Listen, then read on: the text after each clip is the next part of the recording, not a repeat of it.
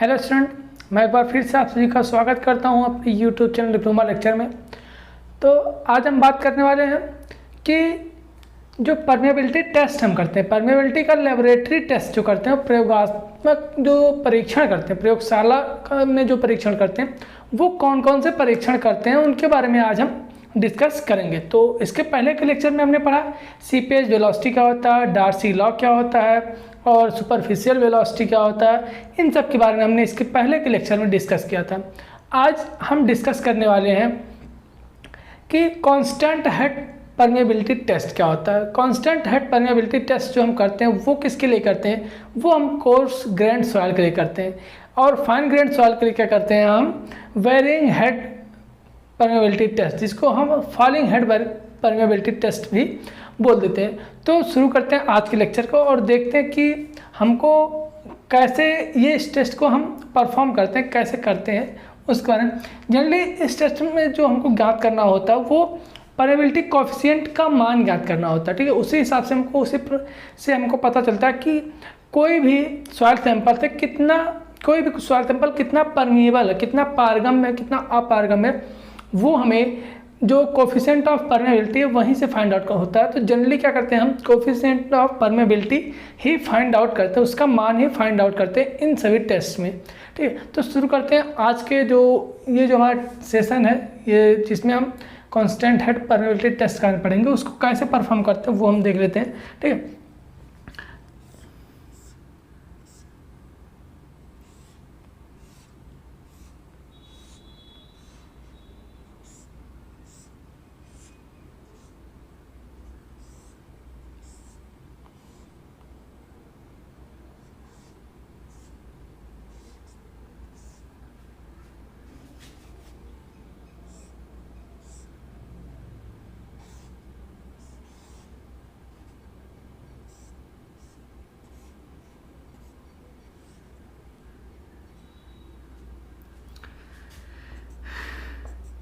ये क्या है हमारा इनलेट मतलब यहाँ से पानी हम डालते हैं। जब यहाँ से पानी डालेंगे तो इस पाथ से होता हुआ ये हमारा सॉइल सैंपल हो जाता है। क्या ये हमारा सॉइल सैंपल होता है? इस सॉइल सैंपल से होता हुआ ये हमारा वो पाथ है जिससे हमारा पानी सॉइल सैंपल से होता हुआ यहाँ से लेके यहाँ तक बहता है, ये हमारा एल कहलाता है, ठीक है। अब ये पानी फिर यहाँ से ये हमारा आउटलेट कहलाता है, ठीक है। ये क्या होता है हमारा, ये आउटलेट कहलाता है, ठीक है। अब ये हमारा क्या एल हो गया, वह पाथ जिससे हमारा पानी होकर बहता है, जिसके बीच हमको परमेबिलिटी ज्ञात करने की ज़रूरत पड़ती है। और क्या ये हमारा जो होता है, ये हमारा हेड डिफरेंस कहलाता है, ठीक है। ये हमारा हेड डिफरेंस है कि इनलेट में जो वाटर डाल रहे हैं हम और आउटलेट में जितना वाटर पहुंच रहा हो, उन दोनों के हेड में कितना अंतर होता है वो हमारा हेड डिफरेंस कहलाता है, जिसको हम डेल्टा एच मान लेते हैं। क्या डेल्टा एच मान लेते हैं, उसको डेल्टा एच अगर हम मान लेते हैं तो हमारे पास क्या होता है, हमने जब आपको डार्सी लॉ पढ़ाया तो डार्सी लॉ से हमने एक चीज़ आपको बताया था, क्या V बराबर K इंटू आई, V बराबर K इंटू आई, ये हमारे पास डार्सी लॉ का इक्वेशन आया था। Darcy law is directly proportional to I होता है, और जब प्रोपोर्शनल हटाते हैं तो K कांस्टेंट आ जाता है, V बराबर K इंटू आई निकल के आ जाता है, ठीक है। ये हमारा डार्सी लॉ से आया है। और फिर क्योंकि Q बराबर क्या डिस्चार्ज हमारा होता है A इंटू वे होता है, कितना एरिया और उसका कितना क्या वेलोसिटी होता है, ठीक है। जो वाटर का वेलोसिटी होता है वो कितना होता है, मतलब कि एरिया में कितने वेग से वाटर हमारा बह रहा हो, भाई उसकी वेलोसिटी कहलाता है। Q बराबर A इंटू वी। अब Q बराबर A इंटू वी है तो क्या करते हैं, तो यहाँ से Q बराबर V के स्थान पे K इंटू आई हम लिख सकते हैं। Q बराबर V के स्थान पे K आई A यहाँ से हम लिख सकते हैं, V की जगह पे हम K इंटू आई लिख दिए तो Q बराबर K इंटू आई A हमारे पास ये फॉर्मूला निकल के आ गया। अब ये जो Q है, Q क्या है यहाँ पे, ये टोटल अमाउंट ऑफ डिस्चार्ज, ठीक है, total amount of discharge flowing the soil sample. ये टोटल अमाउंट ऑफ डिस्चार्ज जो हमारे इस सॉइल सैंपल से बह रहा है वह मतलब कि टोटल अमाउंट ऑफ डिस्चार्ज उतना वाटर जो यहाँ से लेके यहाँ तक ये हमारा बह रहा है, ये हमारा क्यू KIA, ये डिस्चार्ज होता है जो हमारा सॉइल सैंपल के थ्रू बह रहा है। ठीक है, इसको लिख सकते हैं हम total amount of discharge flowing through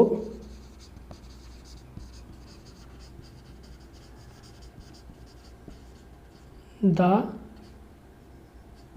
soil sample।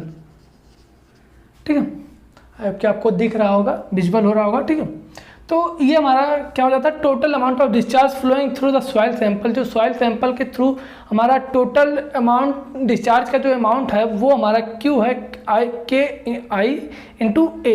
ठीक है, अब क्यू बराबर क्या हो सकता है, अब आई क्या है, आई हमारे पास क्या होता है, हाइड्रोलिक ग्रेडियंट, जो हमारा होता है कि हेड डिफरेंस अपॉन में लेंथ, हेड डिफरेंस अपॉन में लेंथ। हेड डिफरेंस हमारा क्या है, h है, और लेंथ क्या होता है, जिसके थ्रू, जिस लेंथ के थ्रू हमारा वाटर बहता है, मतलब कि वह सॉइल सैंपल का लेंथ जिसके थ्रू होकर हमारा वाटर बहता है वो हमारा लेंथ होता है। हेड डिफरेंस हमारा कितना है, डेल्टा H है, और लेंथ हमारा कितना है, L। तो I बराबर hydraulic gradient delta H upon में L हो जाएगा। यहाँ से हमारे पास फॉर्मूला क्या निकल के आ जाएगा, यहाँ से हमारे पास फॉर्मूला निकल के आएगा Q बराबर KI का मान हो जाएगा डेल्टा H इंटू L और multiply by A। Area, area कौन सा होगा, ये एरिया सॉइल सैंपल का एरिया जो होगा वो एरिया यहाँ पे हमारा लिया जाएगा। सॉइल सैंपल का क्रॉस सेक्शनल एरिया होता है, क्रॉस सेक्शनल एरिया मतलब इसका और इसका। ठीक है, ये हमारा क्रॉस सेक्शनल एरिया होता है। क्रॉस सेक्शनल एरिया मतलब जैसे 30 बाई 30 हमारा 20 बाई 20 हो सकता है, ये हमारा क्रॉस सेक्शनल एरिया होता है। ठीक है, जैसे कोई पाइप होगा या फिर रेक्टेंगुलर या फिर सर्कुलर पाइप होगा, जैसे अगर रेक्टेंगुलर है तो 30 बाई 35, अगर स्क्वायर है तो जैसे अगर स्क्वायर होगा तो कुछ इस तरह से हमारा दिखेगा। ठीक है, तो 25 बाई 25 ये हमारा क्रॉस सेक्शनल एरिया कहलाता है। ठीक है, क्या हमारा क्रॉस सेक्शनल एरिया ही कहलाता है, यही हमारा क्या है यहाँ पे A है, क्रॉस सेक्शनल एरिया। ठीक है, ये हमारा क्रॉस सेक्शनल एरिया हो जाता है। अब क्यू क्या है हमारा, प्रति सेकंड में, ठीक है, प्रति सेकंड में होने वाले डिस्चार्ज। ठीक है, जो प्रति सेकंड में होने वाला डिस्चार्ज वही हमारा क्यू होता है। क्यू बराबर क्या होता है हमारा, क्यू बराबर V multiplied by T. Q बराबर क्या होता है, वी मल्टीप्लाई बाई टी। ठीक है, क्यू बराबर V multiply by T. V क्या होता है यहाँ पे, वॉल्यूम होता है। वॉल्यूम किसका, सॉइल सैंपल का वॉल्यूम हो गया, और टी कितने समय में इस सॉइल सैंपल से एक, मतलब कि हमारे पास क्या, क्यू का जो मीटर क्यूब पर सेकेंड, मतलब कि पर सेकेंड में एक मीटर क्यूब से होने वाले डिस्चार्ज को क्या बोलते हैं हम, क्यू से प्रदर्शित करते हैं। प्रति सेकेंड में 1 मीटर क्यूब से होने वाले डिस्चार्ज को क्यू से हम प्रदर्शित कर रहे हैं यहाँ पे। ठीक है, तो क्यू बराबर वी बाई टी हमारा हो जाएगा। ठीक है, तो अगर क्यू की जगह पे, सॉरी ये वी नहीं, स्मॉल वी नहीं, कैपिटल वी है, वी बाई टी और के इंटू डेल्टा H अपॉन में L और इंटू ए हो जाएगा। अब यहाँ से हमको क्या ज्ञात करना है, के ज्ञात करना है। ठीक है, तो यहाँ से के क्या हो जाएगा, ये इधर आएगा v इंटू एल अपॉन में delta H T into A. ये हमारे पास फार्मूला निकल के आ जाता है। कभी कभी आपको डायरेक्टली डिस्चार्ज दिया रहता है, वहाँ से आपको ज्ञात करना होता है, तो ये फार्मूला और ये फार्मूला। ठीक है, ये दोनों फार्मूला आपके लिए बहुत ही इंपॉर्टेंट हो जाता है। एक क्यू रहा K into delta H upon L into A, और दूसरा formula K equal to V into L upon में delta H T into A. ये दो फार्मूला आपके लिए बहुत ही इंपॉर्टेंट हो जाता है। ये क्या होता है, ये हमारा कांस्टेंट हेड मेथड। अब इसको कांस्टेंट हेड मेथड क्यों कहते हैं, कांस्टेंट हेड मेथड क्यों कहते हैं, क्योंकि यहाँ से अगर हम वाटर डाल रहे हैं, ठीक है, वाटर यहाँ पे डाल रहे हैं, तो यहाँ पे जो ये हेड डिफरेंस होता है, ये जो डेल्टा H है, ये चेंज नहीं होता। आपके मन में ये क्वेश्चन जरूर आता है कांस्टेंट हेड मेथड इसको क्यों कहते हैं। नेक्स्ट जो हमारा वेरिएबल हेड मेथड है, फॉलिंग हेड मेथड है, उसके बारे में हम डिस्कस करेंगे कि उसको वेरिएबल हेड मेथड क्यों कह रहे हैं। ठीक है, कांस्टेंट पहले बात करते हैं कि यहाँ पे कांस्टेंट हेड मेथड इसको क्यों कह रहे हैं। क्यों? क्योंकि जितना अमाउंट ऑफ वाटर हम यहाँ पे डालते हैं, ठीक है, जितना अमाउंट ऑफ वाटर यहाँ पे डालते हैं वो तुरंत यहाँ से लेके यहाँ तक चला आता है। मतलब कि इसका हेड जो डिफरेंस है वो चेंज नहीं हो रहा है। हेड डिफरेंस क्या है? कांस्टेंट है, इसलिए इसको क्या कहते हैं? Constant head method, head permeability test के नाम से, कांस्टेंट हेड परमेबिलिटी टेस्ट के नाम से जान रहे हैं। अगर यही हेड डिफरेंस जो हमारा है ये डेल्टा एच, अगर ये चेंज होता रहता है, कभी एच हो, कभी H1 हो, कभी H2 हो, इस तरह से हो, तो उसको हम वेरिएबल हेड मेथड कहते हैं, जो कि हम नेक्स्ट लेक्चर में बात करेंगे वेरिएबल हेड मेथड के बारे में, या फिर जिसको बोल सकते हैं हम फॉलिंग हेड मेथड के बारे में, वो नेक्स्ट लेक्चर में बात करेंगे। ठीक है, तो ये क्या हुआ? कांस्टेंट हेड मेथड इसे कहते हैं। ये जो हमारा उपकरण होता है ये हमारा हमेशा हॉरिजॉन्टल होता है, हॉरिजॉन्टली इसको फ्लो करवाते हैं वाटर को, फिर हम इसमें चेक करते हैं कि कितना परमेबल है।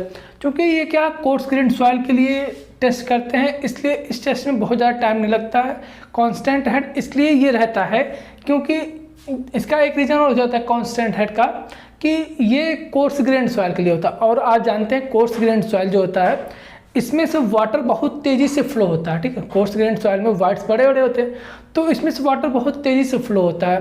ठीक है, जब वाटर बहुत तेज़ी से फ्लो होगा, यहाँ से जितना अमाउंट ऑफ वाटर हम डालेंगे वो तुरंत यहाँ से लेके यहाँ तक चला आएगा, और इसका जो हेड है उसमें कोई डिफरेंस नहीं होगा, वो फिर इक्वल हो जाएगा दोनों के। ठीक है, हमेशा इक्वल रहेगा, इसलिए इसको हम कांस्टेंट हेड मेथड कहते हैं। ठीक है, आई होप कि आपको ये समझ में आ गया होगा कांस्टेंट हेड मेथड। आपको यहाँ पे बस इतना ही फार्मूला ये और ये थोड़ा सा याद रखने की ज़रूरत है, बाकी कहानी तो आप बना के भी लिख सकते हैं। ठीक है, जो स्टूडेंट्स हैं जो 4 सेमेस्टर का पेपर देके 5वें सेमेस्टर में आए हैं, वो इतना तो बना के लिख ही सकते हैं कि कांस्टेंट हेड मेथड के बारे में। ठीक है, बाकी अगर ये मेन पॉइंट्स आपको फार्मूला और ये फिगर पता है, तो अच्छे से इसको पता है, तो आप बना के लिख सकते हैं। थोड़ा बहुत थ्योरी आप आराम से लिख सकते हैं। ठीक है, तो आपको यहाँ पे ये 2 फार्मूला, कभी कभी इस फार्मूले से आपके न्यूमेरिकल्स भी आते हैं, तो ये 2 फार्मूला आप याद रखिएगा, आपके एग्जाम के पॉइंट ऑफ व्यू से बहुत इंपॉर्टेंट हो जाता है। और यहाँ पे नेक्स्ट पॉइंट, ये कोर्स ग्रेन सॉइल याद रखने की ज़रूरत है, आ जाएगा कोर्स ग्रेन सॉइल का जो परमेबिलिटी टेस्ट होता है उसके बारे में लिखिए, तो आपको वहाँ पे कन्फ्यूजन ना हो कि फॉलिंग हेड मेथड है जिसको हम वेरिएबल हेड मेथड बोल रहे हैं, या फिर कांस्टेंट हेड मेथड है। तो आपको वहाँ पे याद रखना कि ये कांस्टेंट हेड मेथड है, जिसके द्वारा हम कोर्स ग्रेन सॉइल में परमेबिलिटी चेक करते हैं। ठीक है, तो ये रहा आपका constant head method. I hope कि आपको समझ में आ गया होगा। अगर वीडियो आपको अच्छी लगी हो तो वीडियो को लाइक कीजिए। नेक्स्ट वीडियो में हम बात करेंगे फॉलिंग हेड मेथड के बारे में। ठीक है, जिसमें हम कैसे उसका हेड चेंज हो रहा है उसके बारे में बात करेंगे। तो आज के लिए इतना रखते हैं। अगर वीडियो आपको पसंद आए तो वीडियो को लाइक कीजिए, चैनल पर नए हैं तो चैनल को सब्सक्राइब कीजिए, और अपने दोस्तों के बीच में ज़्यादा से ज़्यादा शेयर कीजिए, जिससे वो भी इस सेशन का फ़ायदा उठा सके। तो मिलता है आपसे नेक्स्ट वीडियो में, तब तक के लिए धन्यवाद, थैंक यू।